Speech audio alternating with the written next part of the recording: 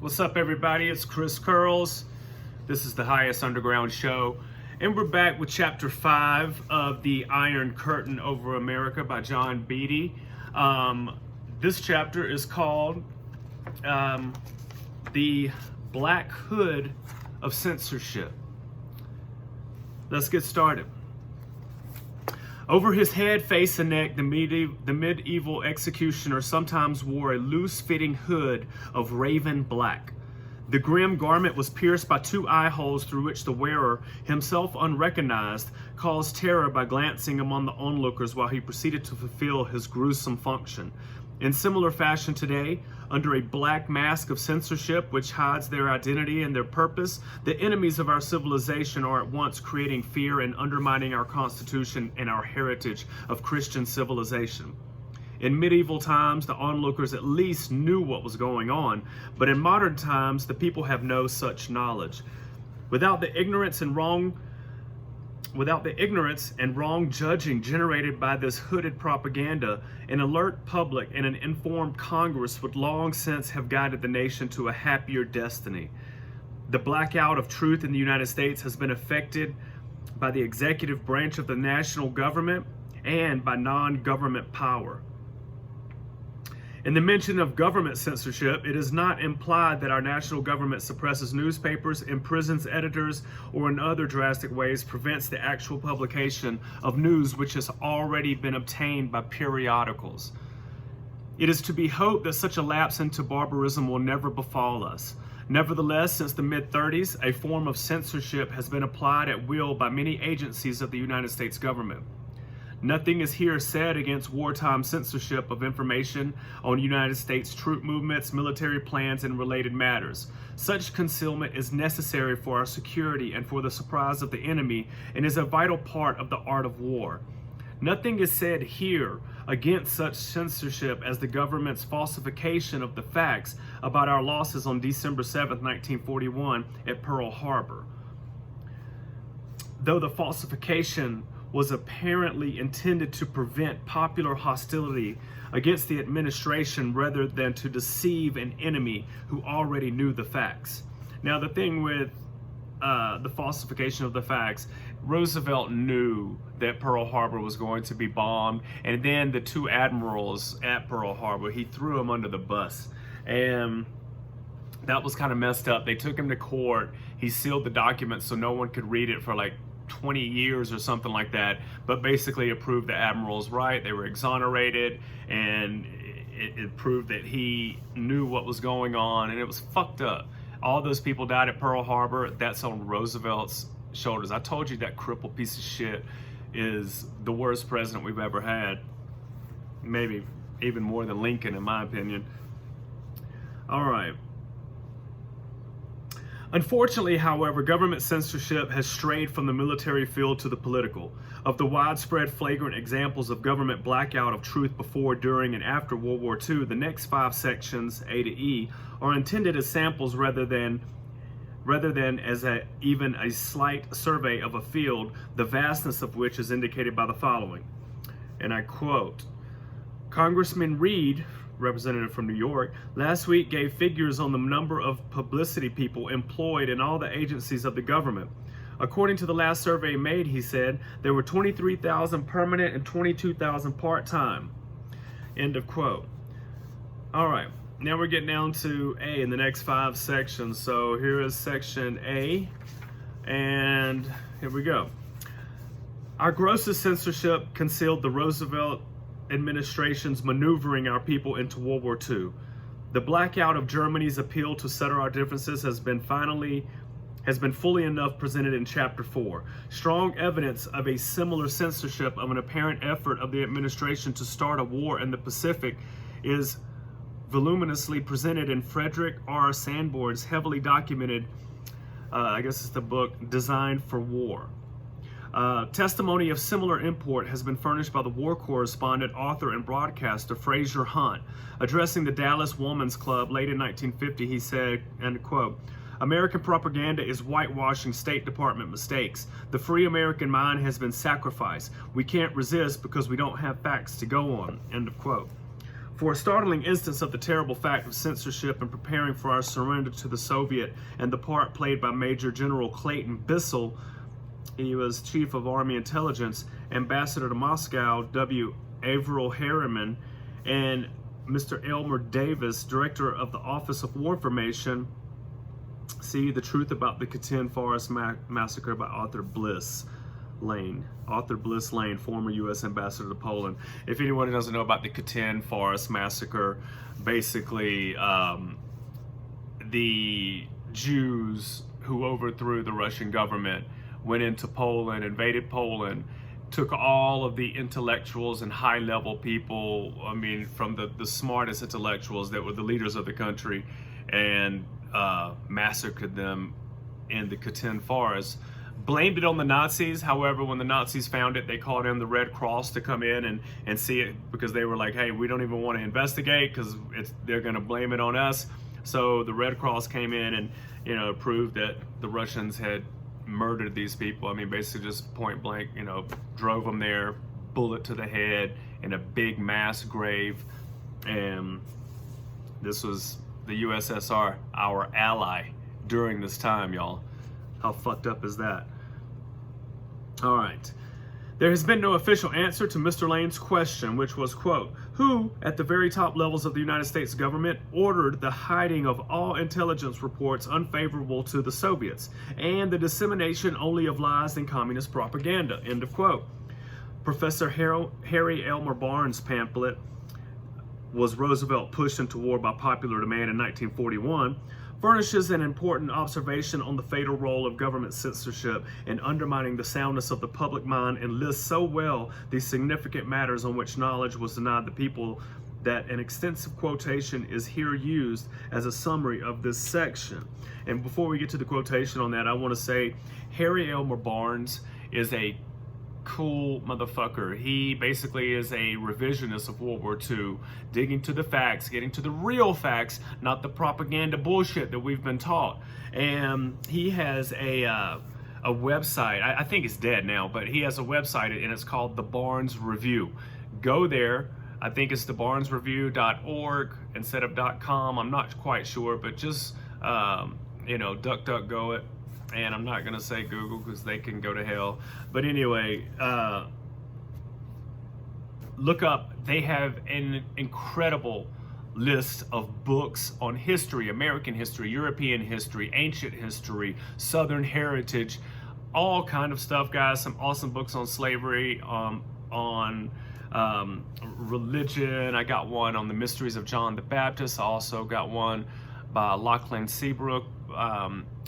What was it called? Everything That You've Been Taught About Slavery Is a Lie, Ask a Southerner. And it is full of facts that will blow your mind.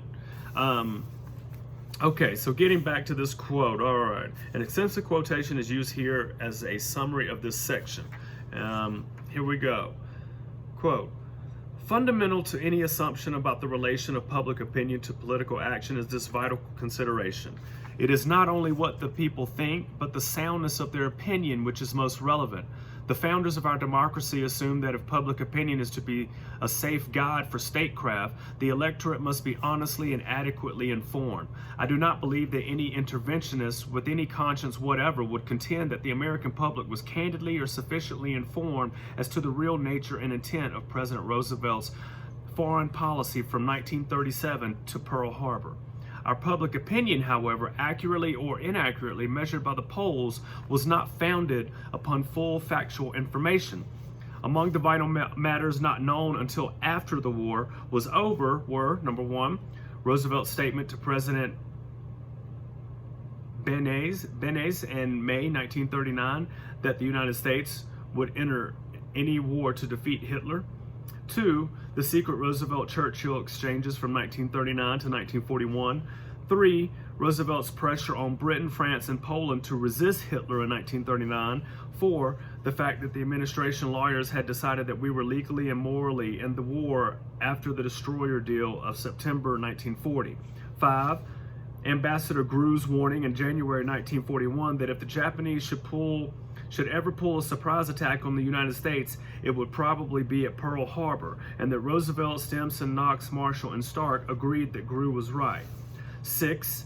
The Anglo-American Joint Chief Conferences of January-March 1941. 7. The drafting and approval of the Washington Master War Plan and the Army-Naval Joint War Plan by May 1941. 8. The real facts about the nature and results of the Newfoundland Conference of August 1941. 9. The devious diplomacy of Secretary Hull with Japan. 10. Conoyer's vain appeal for a meeting with Roosevelt to settle the Pacific issues. 11. Roosevelt's various stratagems to procure an overt act from Germany and Japan. So basically he was provoking them. 12. Stimson's statement about the plan to maneuver Japan into firing the first shot. 13. The idea that if Japan crossed a certain line, we would have to shoot. 14. The real nature and implications of Hull's ultimatum of November 26, 1941. And 15. The criminal failure to pass on to Admiral Kimmel and General Short information about the impending Japanese attack. If the people are to be polled with any semblance of a prospect for any intelligent reaction, they must know what they are voting for. This was conspicuously not the case in the years before Pearl Harbor. All right, now getting back to, this is section B now. Almost, if not wholly, as indefensible as the secret maneuvering toward war was the wholesale deception of the American people by suppressing or withholding facts on the eve of the presidential election of 1944. 3 examples are given here. First of all, the general public got no hint of the significance of the pourparlers with the left, which led to the naming of the same slate of presidential electors by the Democratic, American Labor, and Liberal parties in New York, a deal generally credited with establishing the fateful grip of communists on vital power positions in our government. Incidentally, the demands of the extreme left were unassailable under the, quote, "we need those votes," end quote, political philosophy. For Dewey, Republican, received 2.9 million votes to 2.4 million votes received by Roosevelt, the Democrat. And Roosevelt carried the state only with the help of 496,405 American Labor votes and the 329,236 Liberal votes, both of which were cast for the Roosevelt electors. As another example of catering to leftist votes, the president errantly deceived the public on October 28, 1944, when he boasted of the amplitude of the ammunition and equipment which were being sent to American fighting men in battle. The truth, however, was that our fighting men would have sustained fewer casualties if they had received some of the supplies which at the time were being poured into Soviet Russia in quantities far beyond any current Soviet need. Wow, I didn't know that. So we were basically, our soldiers couldn't get ammunition and supplies because we were sending and supplying so much of Russia's in the Soviet Union. And they were doing things like the Katyn massacre, going in through Eastern Europe, raping women, killing women and children, raping women and children. It was fucked up, and a lot of these people that fought in this Russian army who was doing this on the Eastern Front were soldiers from, like, they look Mongolian and stuff, they look Asian, that live in the far reaches of the Soviet Union's, it's huge. And it goes all the way across the steppes, and, these type of people were, basically mercenaries. All right. It was none other than Mrs. Anna Rosenberg, an indispensable and ineradicable New Deal ideologist, old friend of Mrs. Roosevelt, who, about a month before the election, went to Europe and learned that ammunition was being rationed to our troops. It apparently did not occur to Mrs. Rosenberg to give this information to the people before Election Day. After the election and before the end of the same tragic November, the details were made public, apparently to stimulate production. A third example of apparent falsification and deception had to do with President Roosevelt's health in the summer and autumn of 1944. His obvious physical deterioration was noted in the foreign press and was reported to proper officials by liaison officers to the White House.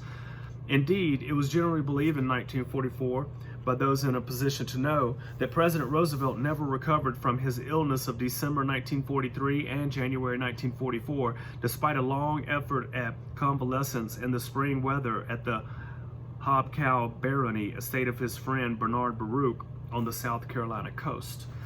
The imminence of the president's death was regarded as so certain that after his nomination to a fourth term, Washington newspapermen passed around the answer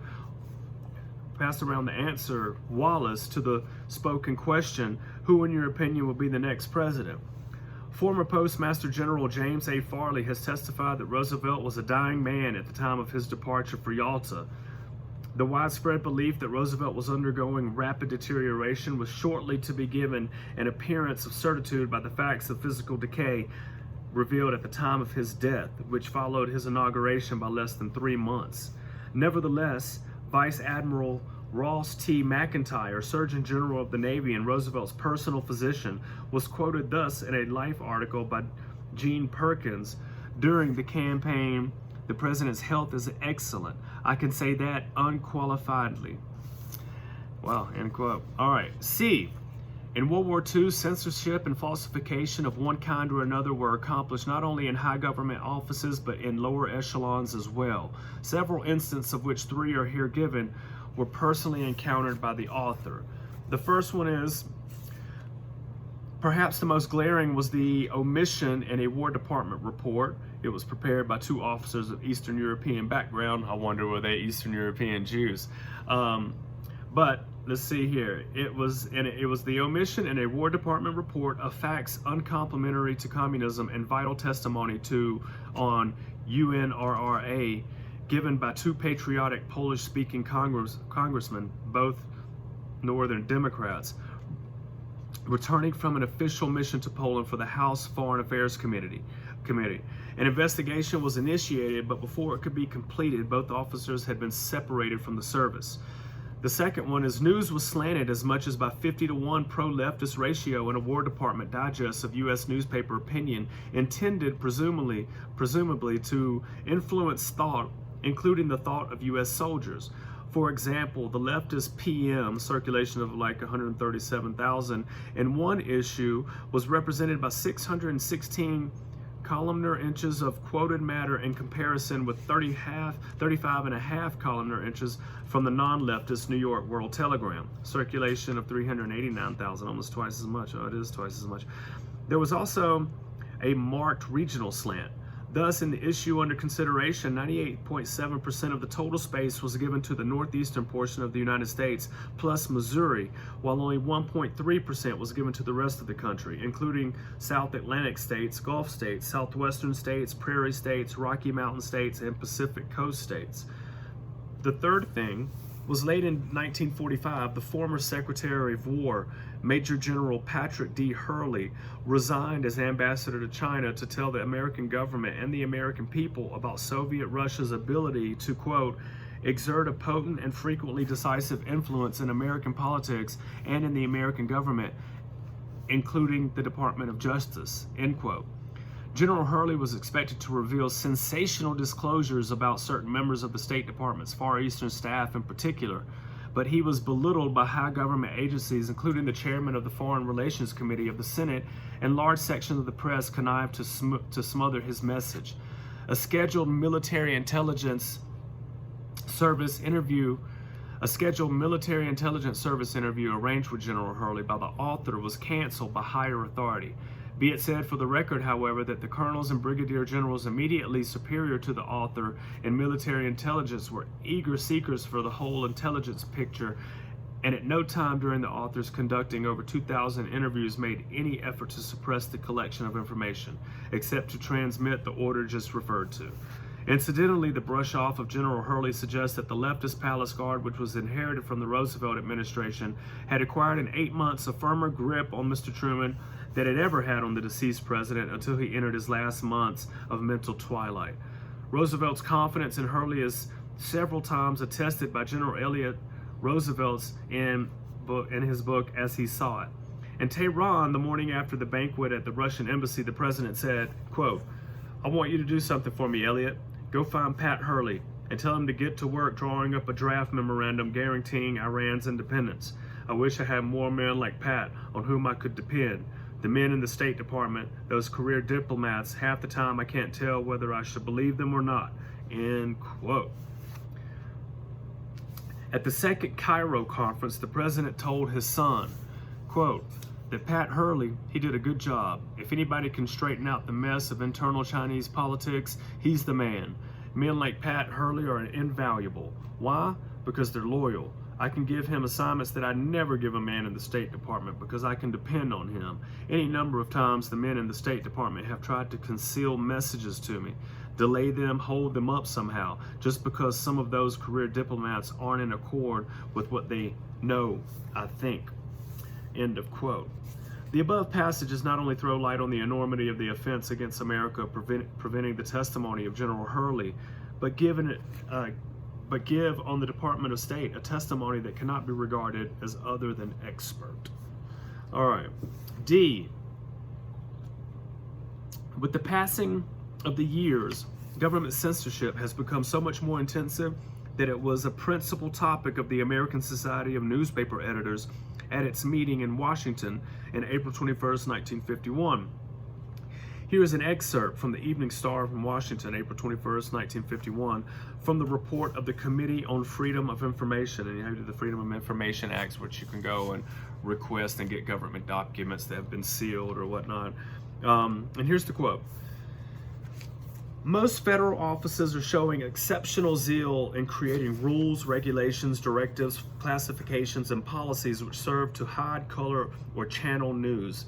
We editors have been assuming that no one would dispute this premise, that when the people rule, they have a right to know all their government does. This committee finds appalling evidence that the guiding credo in Washington is becoming just the opposite, that it is dangerous and unwise to let information about government leak out in any unprocessed form. End of quote. All right. In spite of this protest, President Truman on September 25th, 1951 extended government censorship drastically by vesting in other government agencies the authority and obligation to classify information as top secret, secret, and confidential, a right and a responsibility previously enjoyed only or principally by the Departments of State and Defense.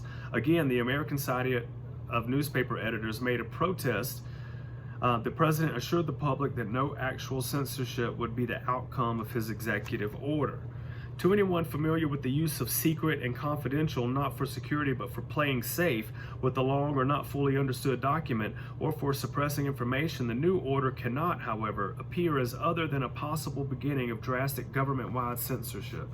The day after the president's executive order, some 250 members of the Associated Press Managing Editors Association voiced their fears and their determination to fight against the tightening down of news barriers.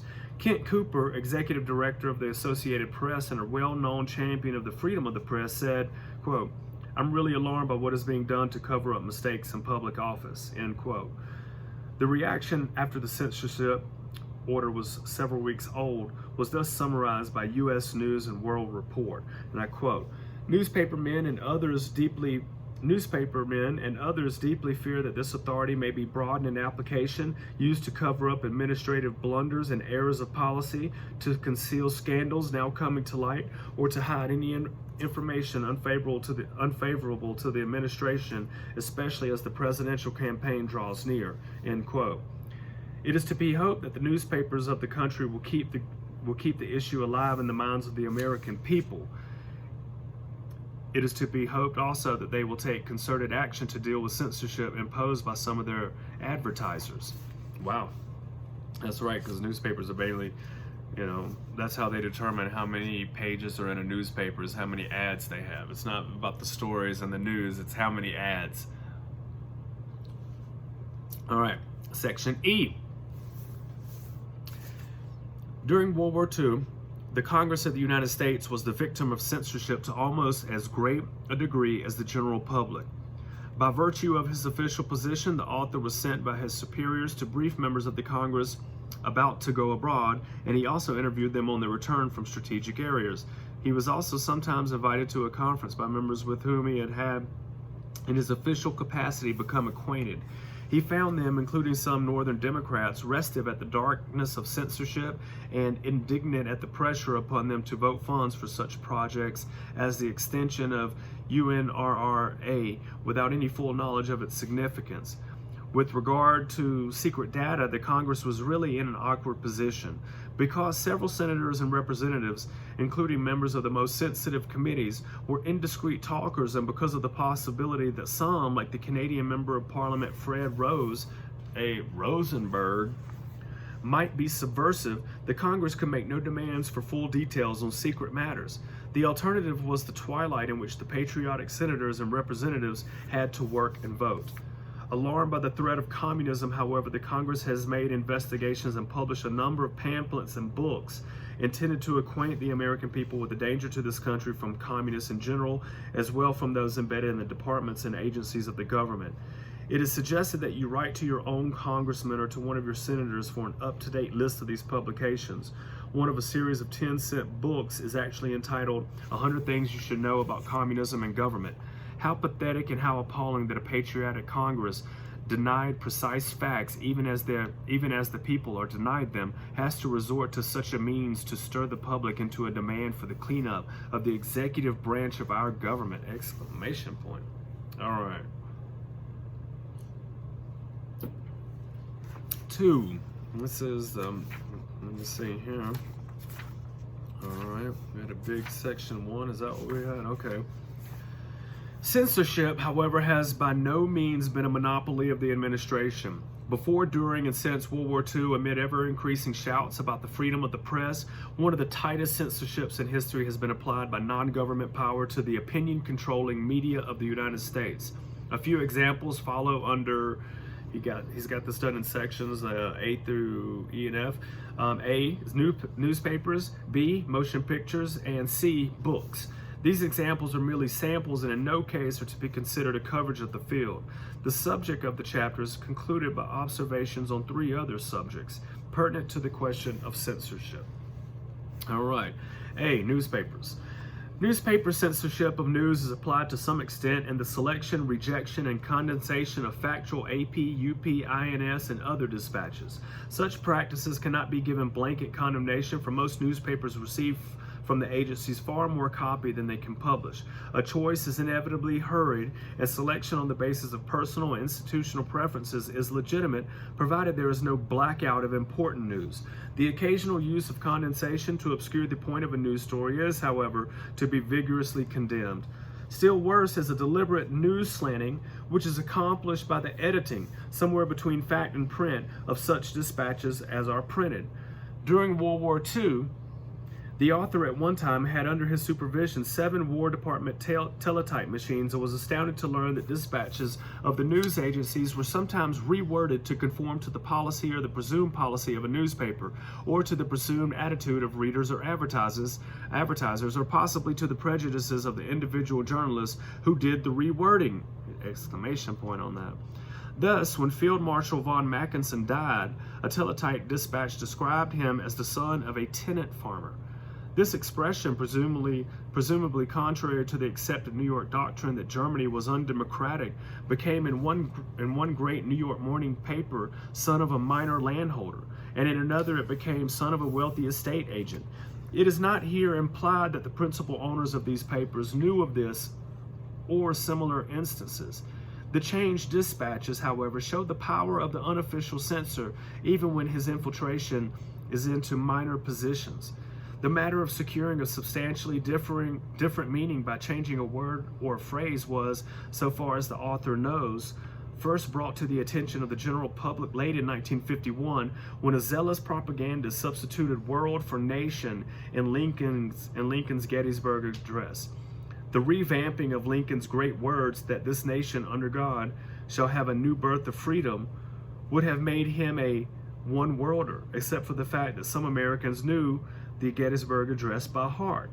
Their protest not only revealed the deception in this particular instance, but brought into daylight a new form of falsification that is very hard to detect, except, of course, when the falsifiers tamper with something as well known as the Gettysburg Address.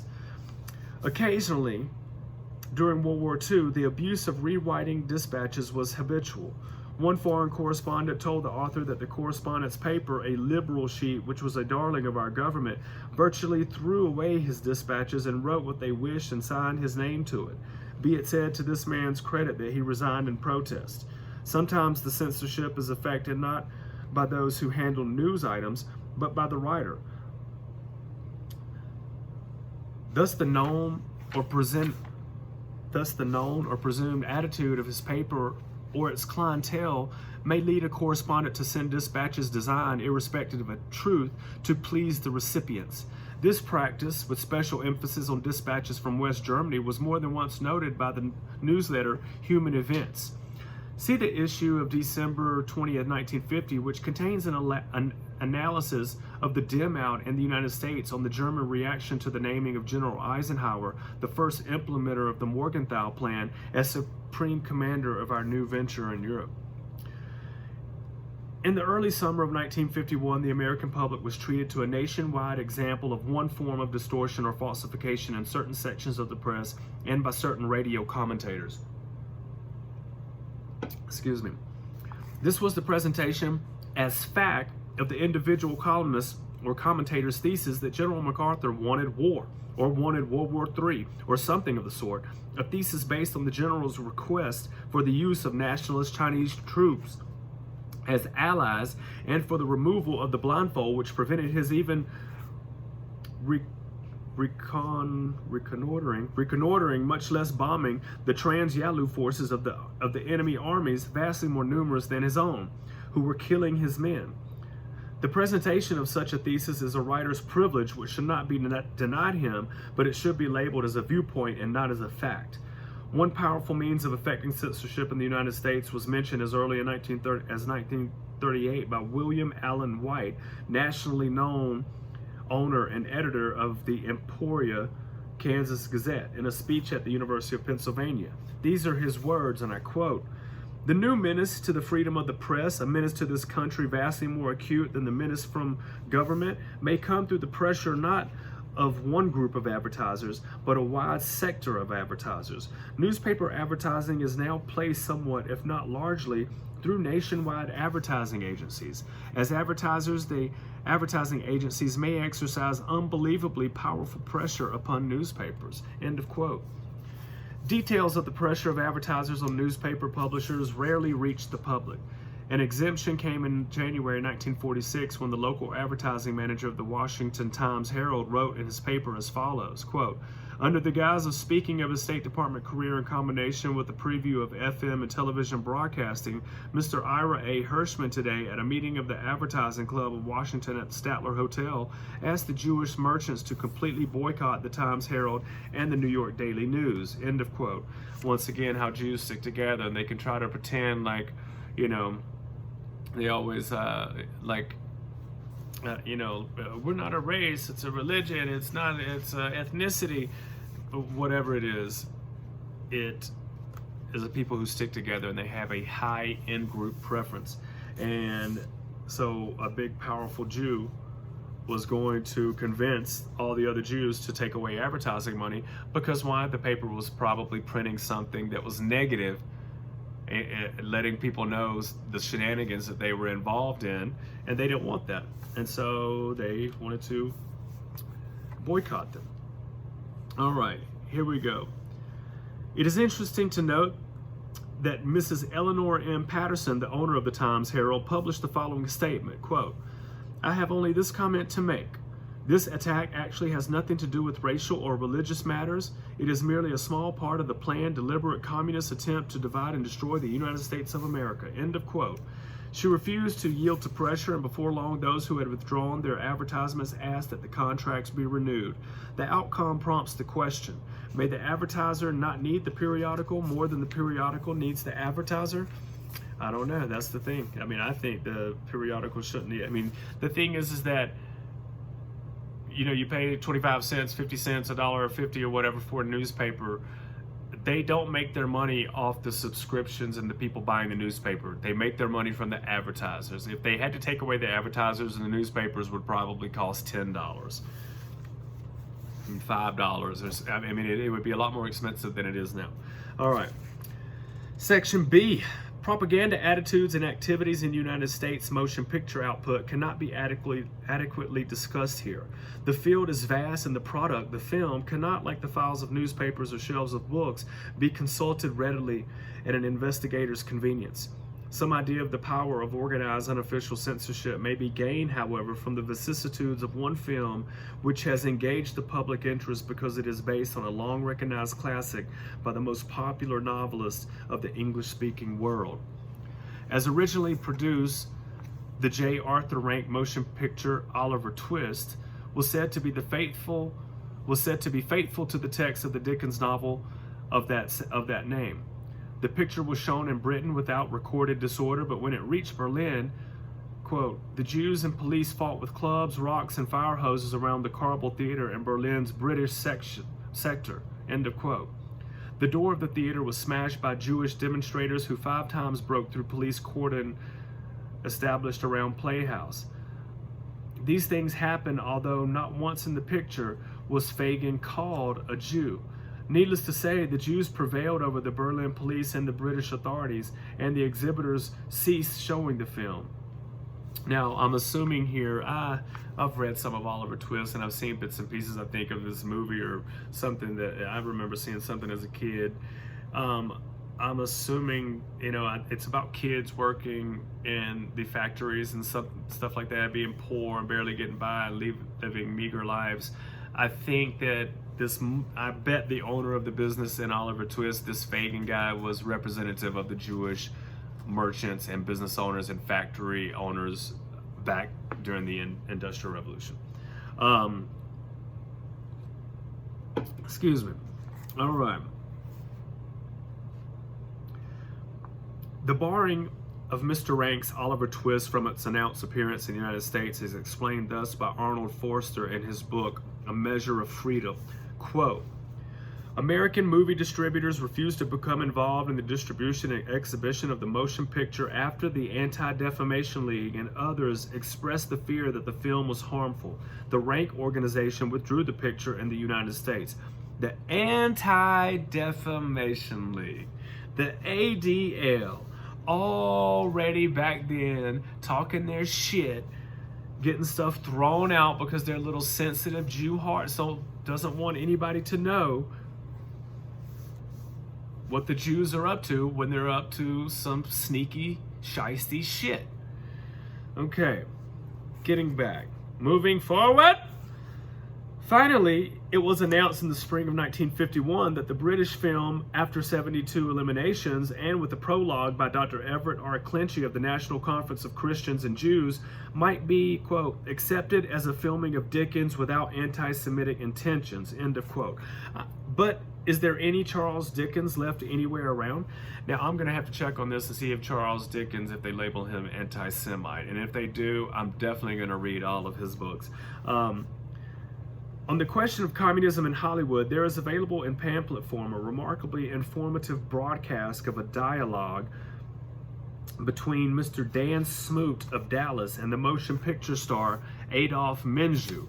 Replying dramatically to a series of questions climatically arranged, Mr. Menjou begins with Lenin's "We must capture the cinema," shows Americans their incredible ignorance of communism, lists congressional committees which issue helpful documents, and recommends a boycott of motion pictures which are written by communists, produced by communists, or acted in by communists. The term communists, including those who support the communist cause. For a free copy of this valuable broadcast, write to me. Anyway, so I guess that's kind of good. They keep saying communists, and what they mean is Jews. Section C, books. Censorship in the field of books is even more significant than in periodicals, motion pictures, and radio, and a somewhat more extended discussion is imperative. With reference to new books, a feature article, Why You Buy Books That Sell Communism by Irene Corbally-Coon in the American Legion magazine for January 1951 shows how writers on the staffs of 2 widely circulated New York Book Review supplements are influential in controlling America's book business. To school principals, teachers, librarians, women's clubs, indeed to parents and all other Americans interested in children who will be the next generation, this article is necessary reading. It should be ordered and studied in full and will accordingly not be analyzed here. The professors and the press in the July 1951, He's just listening. Important also is a slanted guide to library selections by Oliver Carlson and the Freeman for January 14th, 1952. Dealing in more detail with books in one specific field, the China Theater, where our wrong policies have cost so many young American lives, is an article entitled The Grave Diggers of America, Part 1, The Book Reviewers Sell Out China by Ralph de Toledano. It's in the American Mercury in July 1951. Mr. de Toledano explains that America's China policy, whether by coincidence or as part of a sharply conceived and shrewdly carried out plan, has led to the fact that China is Russia's. Mr. de Toledano then turns his attention to the State Department. Quote, meanwhile, the real lobby, the 4+ propagandists of a pro-communist line in Asia, prospered. Its stooges were able to seize such a stranglehold on the State Department's Far Eastern Division that to this day, as we slug it out with the Chinese Reds, they are still unbudgeable. Working devotedly at their side has been a book writing and book reviewing cabal. End of quote. With regard to books, book reviewers, and book reviewing periodicals, Mr. Toledano gives very precise figures. He also explains the great leftist game in which one pro-communist writer praises the work of another, an old practice exposed by the author of The Iron Curtain Over America in the chapter Censorship, Gangs, and the Tyranny of Minorities in his book Image of Life. Quote, praise follows friendship rather than merit. Let a novelist, for instance, bring out a new book. The critic, the playwright, the reviewers, and the rest in his gang hail it as the book of the year. Likewise, all will hail the new play by the playwright, and so on, all the way around the circle of membership. Provincial reviewers will be likely to fall in step. The result is that a gang member will sometimes receive national acclaim for a work which deserves oblivion, whereas a non-member may fail to receive notice for a truly excellent work.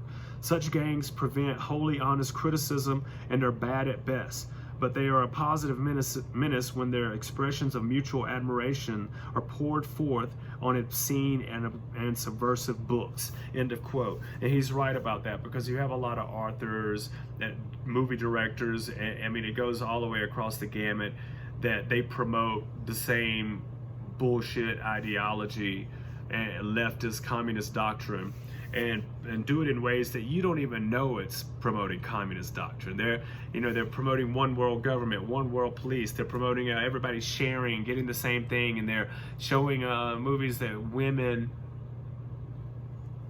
beating men's ass and women doing all these things, like, working up in oil fields in North Dakota, which they do. I've known some women who do that, but the thing is that those are far and few between, and and that's how they do. They kind of have a gang. I like how he calls that.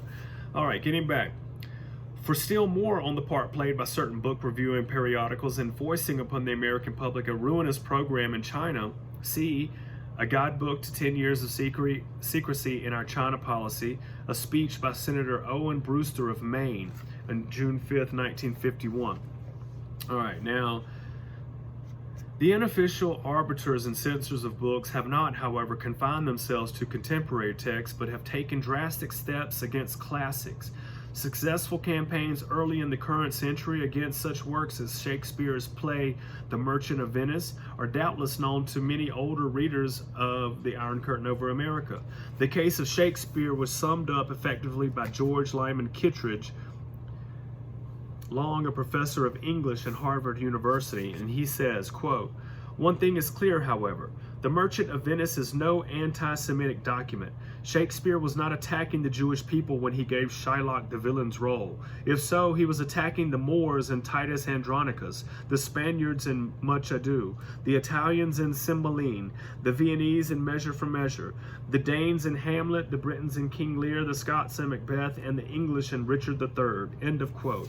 The Merchant of Venice is a play. Shylock is the villain. He's a Jewish merchant, and Jews have been speaking out upon this, but it's interesting that this book is written in the 1950s, and he's talking about how they started going over the classics. You won't see classics in schools anymore. There's no Mark Twain and Huckleberry Finn nowadays, because they're trying to get, the black and the Hispanic kids to read, which is hard. Like black people, kids just don't read, especially, I mean, the girls more so than the guys, but even the guys, like so many of the black dudes that I grew up never learned to read. I mean, listening to them read in 11th and 12th grade was sad. It really was. And so nowadays they have these books that like pee pee and poo poo head and fart jokes and all this stuff, instead of putting into kids, you know, especially a white child who's 8-10 years old, he should be reading The Hobbit. He'll probably start reading stuff like that, and you know, Hardy Boys and these things that are a lot higher level than the books and the reading level that the children are at now. Getting back, much more significant than attacks on individual masterpieces, however, was a subtle but determined campaign begun a generation ago to discredit our older literature under charges of jingoism and didacticism. For documentary indication of a nationwide minority boycott of books as early as 1933, write to the American Renaissance Book Club in Chicago, Illinois, P.O. Box 1316. Still, it was not until World War II that the manipulators of the National Democratic Party hit on a really effective way of destroying a large portion of our literary heritage and its high values of morality and patriotism. Since most classics have a steady rather than a rapid sale and are not subject to quick reprints even in normal times, and since many potential readers of these books were not in college but in the armed forces, few editions of such works were reprinted during the war. At this juncture, the government ordered plates to be destroyed on all books not reprinted within 4 years. The edict was almost a death blow to our culture, for as old books and libraries wear out, very few of them can be reprinted at modern cost for printing and binding. Thus, since 1946, the teacher of advanced college English courses has had to choose texts not, as in 1940, from those classics which he prefers, but from such classics as are available. The iniquitous practice of destroying plates was reasserted by Directive M65, dated May 31st, 1951, of the National Production Authority, which provides that plates which have not been used for more than 4 years or are otherwise deemed to be obsolete must be delivered to a scrap metal dealer. In this connection, Upton Close wrote that he was a writer on the Orient who stood in the way of the Lattimore Hiss gang and Marshall's giving of China to the communists, and that such an order wiped out all his books on China and Japan. Mr. Close continued as follows, quote, "The order to melt book plates on the pretense that copper is needed for war is the smartest way to suppress books ever invented. It is a much more clever than Hitler's burning of books." Here we go. Anyway, the public never sees the melting of plates in private foundries. All the metal from all the book plates in America will not fight one minor engagement, but people do not know that. They do not even know that book plates have been ordered melted down. End of quote. And that was an exclamation point on that, on the end of that.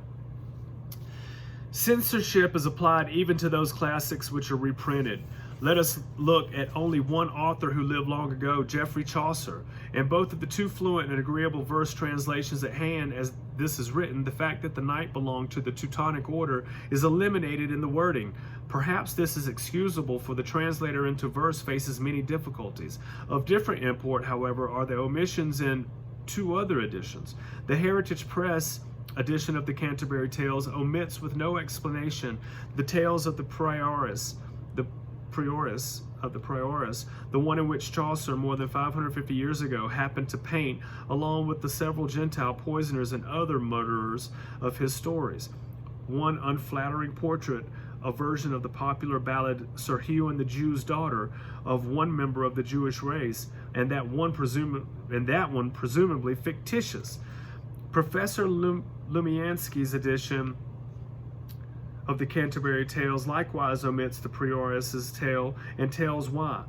Though anti-Semitism was a somewhat different thing in the 14th century from what it is today, the present-day reader has modern reactions in literature no matter when it was written. From this point of view, to the Prioris' story of the little choir boy who was murdered by the Jews possesses an unpleasantness which overshadows its other qualities." End of quote. No criticism of the translators, editors, and publishers is here implied. They may have merely bent to pressure as so many other publishers and so many other publishers and so many other periodicals have done. One cannot, however, escape the question as to what would happen to American English literature if persons of English, Scotch, Irish, German, Italian, or other descent, took the same attitude toward defamation of persons of their races, including those who lived more than 500 years ago. There would be no motion pictures or plays, and except for technical treatises, there would be no more books. One of the most horrible results of the types of censorship illustrated above is the production by writers without honor of works which will pass the unofficial censor. The result is a vast output of plays, nonfiction prose, and especially novels, worthless at best and degraded and subversive at the worst, which will not be reviewed here. Time and space must be given, however, to the blackout of truth in history. Fortunately, the way has been illuminated by Professor Harry Elmer Barnes in his pamphlet, The Struggle Against the Historical Blackout. Professor Barnes defines the historical craft's term revisionism as the, quote, readjustment of historical writing to historical facts relative to the background and causes of the First World War, end quote, and later equates the term revisionism with truth. After mentioning some of the propaganda lies of World War I and the decade thereafter, and citing authorities for the fact that the actual causes and merits of this conflict were very close to the reverse of the picture presented in the political propaganda and historical writings of the war decade, Professor Barnes states again with authorities and examples that by 1928, everyone except the diehards and bitter enders in the historical profession had come to accept revisionism, and even the general public had begun to think straight in the premises. Unfortunately, however, before the historical profession had got to be as true as history as it was prior to 1914, World War II was ushered in, and propaganda again largely superseded truth in the writing of history. Here are several of Professor Barnes' conclusions. Quote, if the world policy of today, 1951, cannot be divorced from the mythology of the 1940s, a third world war is inevitable. History has been the chief intellectual casualty of the Second World War and the Cold War which followed. In this country today, and it is also true of most other nations, many professional historians gladly falsify history quite voluntarily. End of quote. Why? To get a publisher and to get favorable reviews for their books. And since Jews control most of the publishing businesses, you have to be in alignment with their opinions and their views. The alternative is either oblivion or the vicious attack of a smearbund, as Professor Barnes puts it, of unofficial censors operating through newspaper editors and columnists, hatchet men, book reviewers, radio commentators, pressure group intrigue and espionage, and academic pressures and fears. The powerful, vested political interest is strong enough to smother books by a truthful writer. Powerful pressure groups have also found the mythology helpful in diverting attention from their own role in national and world calamity. Professor Barnes is not hopeful of the future.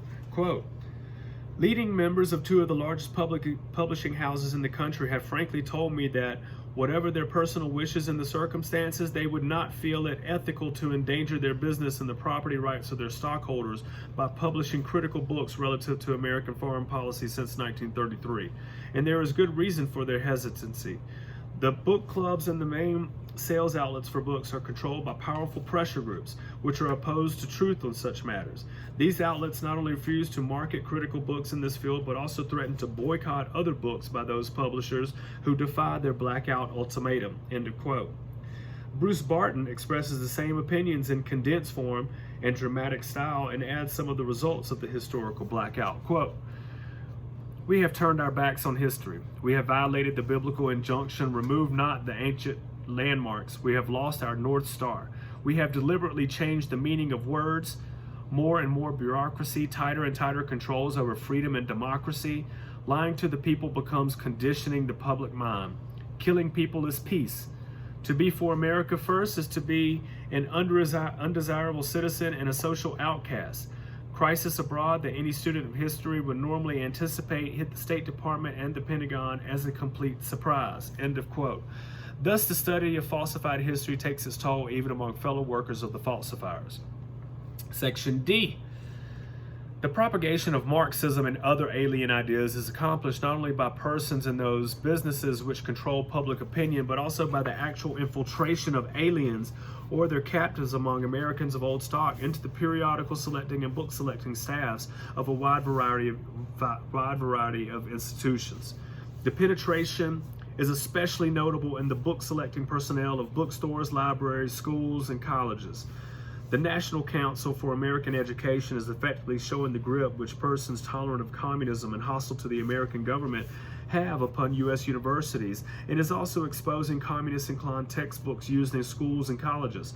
Needless to say, such great facts of history as those outlined in chapters 1 and 2 above have not been found in school history texts examined by the author.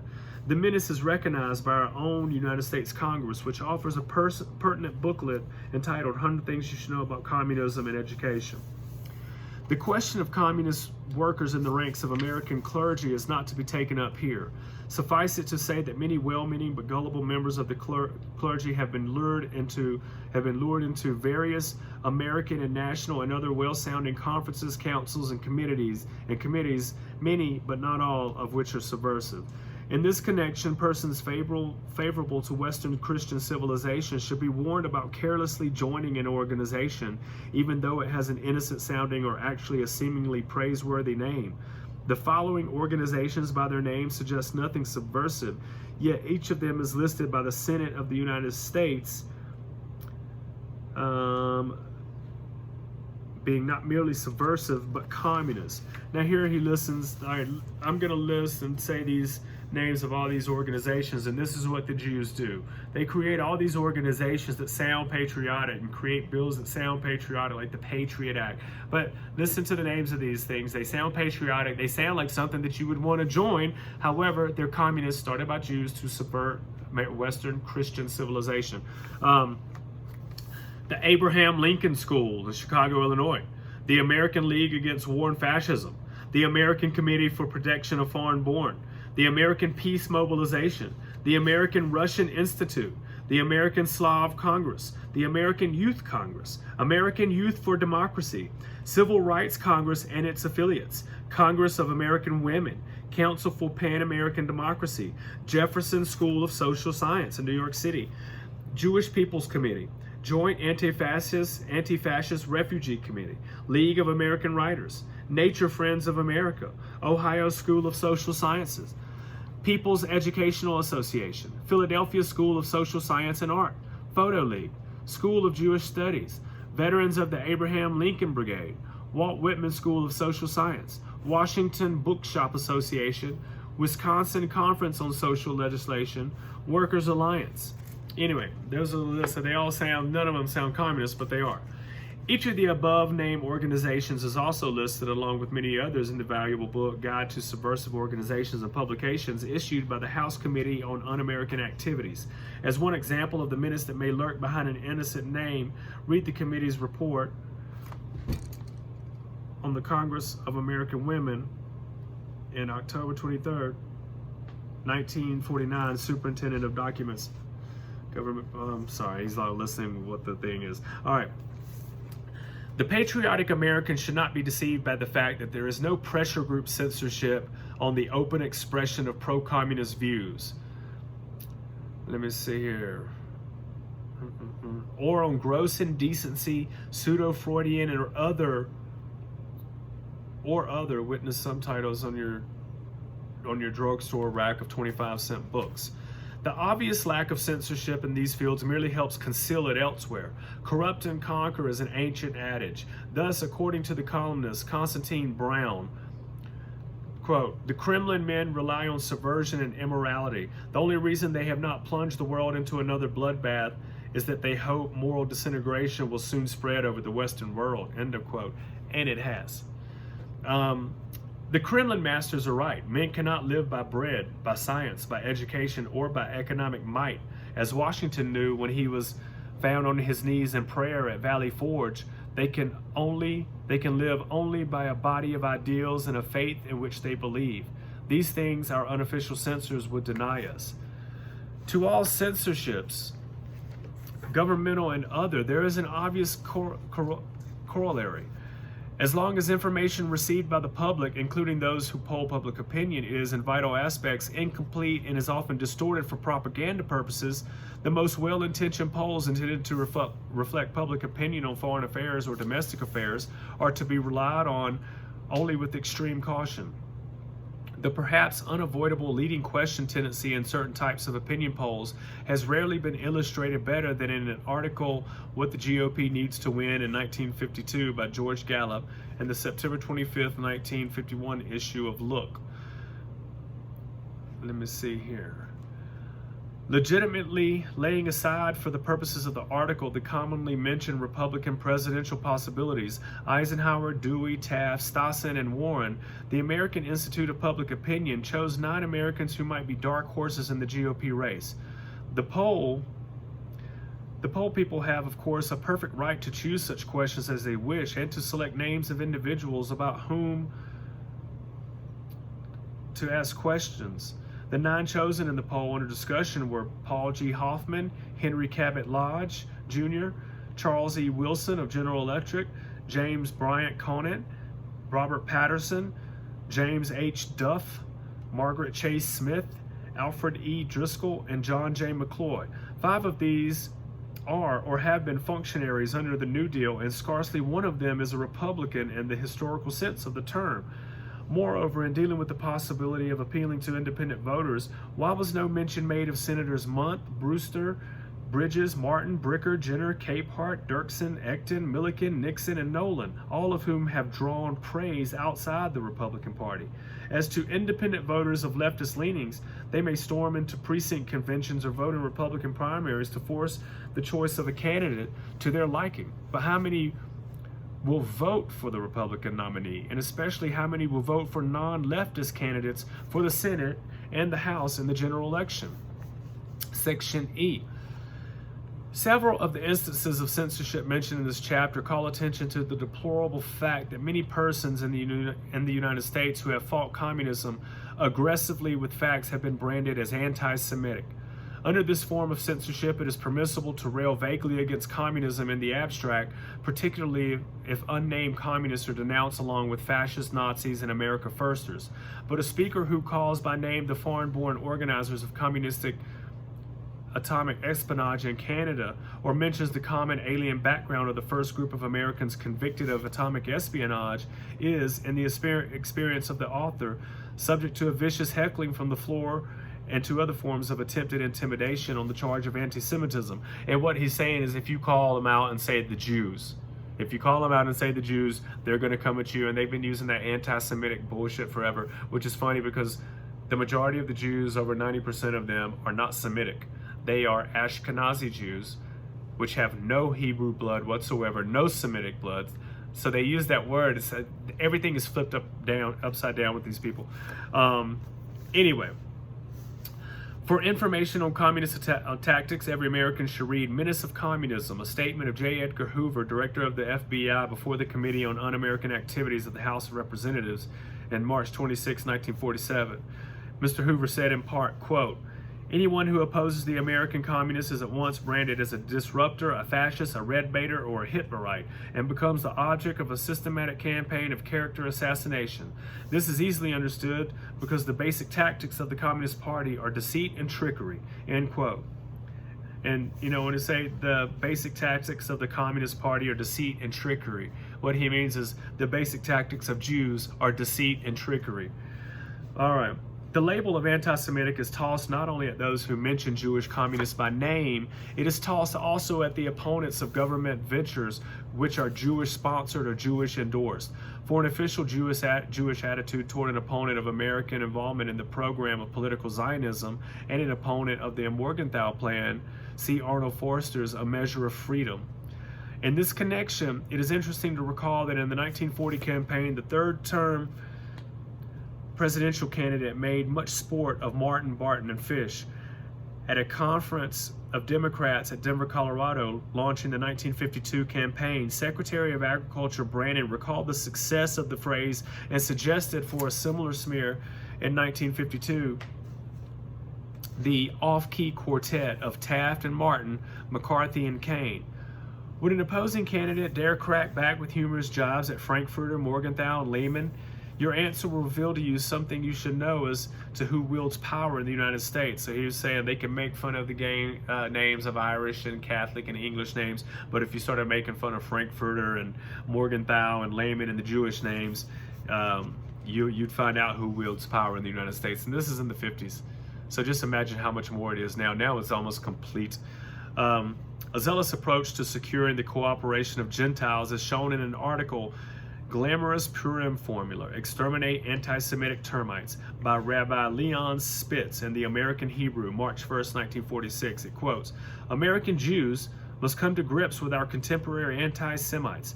We must fill our jails with anti-Semitic gangsters. We must fill our insane asylums with anti-Semitic lunatics. End of quote. The Khazar Jews' frequent equating of anti-communism with so-called anti-Semitism is unfortunate in many ways. In the first place, it is most unfair to loyal American Jews. Charges of anti-Semitism are absurd, moreover, because the Khazar Jew is himself not a Semite. The blood of Abraham, Isaac, and Jacob flows not at all, or to a sporadic degree, as from immigrant merchants, fugitives, etc., in the veins of the Jews who have come to America from Eastern Europe. On the contrary, the blood of Old Testament people does not flow in the veins of Palestine Arabs and others. On the contrary, the blood of Old Testament people does flow in the veins of Palestine Arabs and others who live along the shores of the Eastern Mediterranean. Palestinians, true descendants of Old Testament people, are refugees today from the barbarity of non-Semitic Khazars, who are the rapers, not the inheritors of the Holy Land. And he puts an exclamation point on that. Let me see here. We are almost done, just a few more pages. Charges of anti-Semitism are usually made by persons of Khazar stock, but sometimes they are parroted by shallow people or people who bend to pressure in Protestant churches and educational institutions and elsewhere. Seeking the bubble reputation in the form of publicity or lured by 30 pieces of silver, many big-time preachers have shifted the focus of their thinking from the everlasting life of St. John 3:16 to the no man spake openly of him of St. John 7:13. In their effort to avoid giving offense to non-Christians or for other reasons, many preachers have also placed their own brand of social mindedness over individual character, their own conception of human welfare over human excellence, and in summary, pale sociology over Almighty God. Similar forces inimical to Western Christian civilization are at work in England. In that unhappy land, worn out by wars and ridden almost to death by Attlee's socialist government, the spring 1950 electoral register form dropped the traditional term Christian name for the new forename, presumably inoffensive to British Jews, communists, atheists, and other non-Christians. In America, of course, Christian name and family name have long since yielded to first, middle, and last name. These instances are trivial, if you like, but though mere straws, they show the way the wind is blowing. Realizing the vast penetration of anti-Christian power, communists, atheists, and whatnot into almost every thought-influencing activity in America, a commendable organization known as the Christophers has suggested a Christian counter-penetration into vital spots for shaping the future of our children and our land. Here, in their own words, with emphasis supplied by their own italics, is a statement of the purpose of the Christophers. Quote, less than 1% of humanity have caused most of the world's recent major troubles. This handful, which hates the basic truth on which this nation is founded, usually strives to get into fields that touch the lives of all people. That is, 1, education, 2, government, 3, the writing end of newspapers, magazines, books, radio, motion pictures, and television, 4, trade unions, 5, social service, and 6, library work. If another 1% go or encourage others to go, as Christophers or Christ bearers into these same 6 fields and work as hard to restore the fundamental truth which the other 1% are working furiously to eliminate, we will soon be on the high road to lasting peace. Each Christopher works as an individual. He takes out no membership, attends no meetings, pays no dues. Tens of thousands have already gone as Christ bearers into the marketplace. Our aim is to find 1 million. Positive, constructive action is needed. It is better to light 1 candle than to curse the darkness. The Christophers publish news notes monthly free of charge. By these notes, they got a circulation of 700,000, and by several books, including Careers That Change Your World and Government Is Your Business, their effort has already made substantial progress. Their movement is worthy of support and imitation. Be it noted that the Christophers are not anti-anything. Their program is positive, for they are for Christian civilization. Section F. This chapter may well be closed by a reference to the most far-reaching plan for thought control or censorships of men's minds ever attempted in the United States. Mrs. Anna Rosenberg's triumphal entry into the Pentagon in late 1950 was not her first. With the administration's blessing, she appeared there once before to present a plan for giving each World War II soldier an ideological disinfecting before releasing him from service. She to be in charge, presumably, of the ideas to be removed and those to be inculcated. Fortunately or unfortunately, according to Viewpoint, all general officers in the Pentagon were summoned to hear Mrs. Rosenberg, and their unconcealed disgust, along with the humorous and devastating attack of the Washington Times-Herald, killed the proposal. A recent account of Mrs. Rosenberg's scheme to establish reorientation camps for American soldiers at the end of World War II on the theory that they would be unfit to resume their normal lives at home appeared in the Washington Times-Herald for November 13, 1950. The public is entitled to know what facts have been blacked out and what ideological doctrines have been inculcated in propaganda fed to our soldiers by the foreign-born Mrs. Rosenberg while in the manpower saddle in the wider field of our unified Department of Defense. In a song by William Blake used in the successful campaign in 1945, British socialists pledged that they would not abstain from mental fight until they had made Jerusalem of England. According to Who's Who in America, Mrs. Rosenberg's interests include mental hygiene. Can it be that her strong effort for lowering the draft age, and just in case y'all don't know who Anna Rosenberg is, I want to say that that's the woman that we assassinated. Her and her husband were Soviet spies that give the Soviets atomic secrets. I want to say, I may be wrong, but I'm pretty sure that's her. Let me see here. Can it be that her strong effort for lowering the draft age to 18 was due to the known fact that the boys of that age are more susceptible than older boys to propaganda? Who was it that has enjoyed the highest military position held by women since Joan of Arc led the French armies against the English in the 15th century? For a partial answer, see the article of Mrs. Rosenberg in the Reader's Digest of February of '51. For a portrait of another modern woman who has wielded power over armed men, see the similar article on Anna Robinson's Parker in the same magazine of April 1949. The issue so alive in American hearts of using the draft or universal military training for sinister political propaganda was bluntly stated by Major General William R. Ruggles, editor-in-chief of the Dallas Morning News on March 3, 1951, and I quote, "If the nation is to draft or even to enlist its manpower in national defense, the nation owes some sort of guarantee to the cannon fodder that it will not be sacrificed to forward devious methods of foreign policy or of war policy that somebody in high office is unwilling to lay on the line. They, the U.S. soldiers, face the hazards of death with sublime courage, but they have a right to demand that their own leaders must not stack the cards or load the dice against them." End of quote. In 1952, however, the thought controllers grew bolder. The Pentagon received a jolt in the past week when it scanned a proposal from the State Department that the Army should install political officers, one to each unit, down to the regimental level. Comparing the startling proposal with the Soviet use of political commissars, Human Events states further that the current daring attempt to gain control over the minds of youth in uniform is embodied in the Bill for Universal Military Training, which was shaped and supported by Assistant Secretary of Defense Anna Rosenberg. Surely censorship is at its peak in America today. We must pass quickly into a thought dictatorship which out-Stalins Stalins, or begins now to struggle as best we can for our ancient liberties of political freedom and freedom of thought. In the temple in ancient Jerusalem, Christ said, "And ye shall know the truth, and the truth shall make you free." This is true not only for religion, but for national safety. J. Edgar Hoover, director of the FBI, wrote recently, quote, "Communism can be defeated only by the truth," end of quote. To become free, then we must demand the truth from a government which spends monthly a king's ransom and propaganda to cover its mistakes and sugarcoat its policies. We must achieve also a relaxation of that unofficial censorship which perverts our school books, distorts our histories and our classics, and denies us vital facts about world affairs. That is the end of chapter 5, y'all, the Black Hood of Censorship. Chapter 6 is the foreign policy of the Truman administration.